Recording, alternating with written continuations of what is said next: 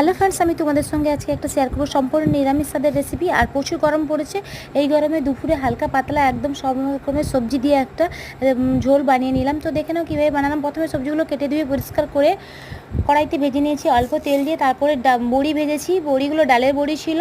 আর দেখো এগুলো ভাজা হয়ে গেলে, অনেকটাই ভাজা হয়ে গেলে আমি এখানে পরিমাণ মতো জল দেবো সেদ্ধ হওয়ার জন্য। তারপরে সেদ্ধ হয়ে গেলে আমি এখানে অ্যাড করব মশলা বলতে কিছুই দেবো না, গোলমরিচ, কালো জিরা আর ছিল কাঁচা লঙ্কা বেটে নিয়েছি শিলনোড়াতে।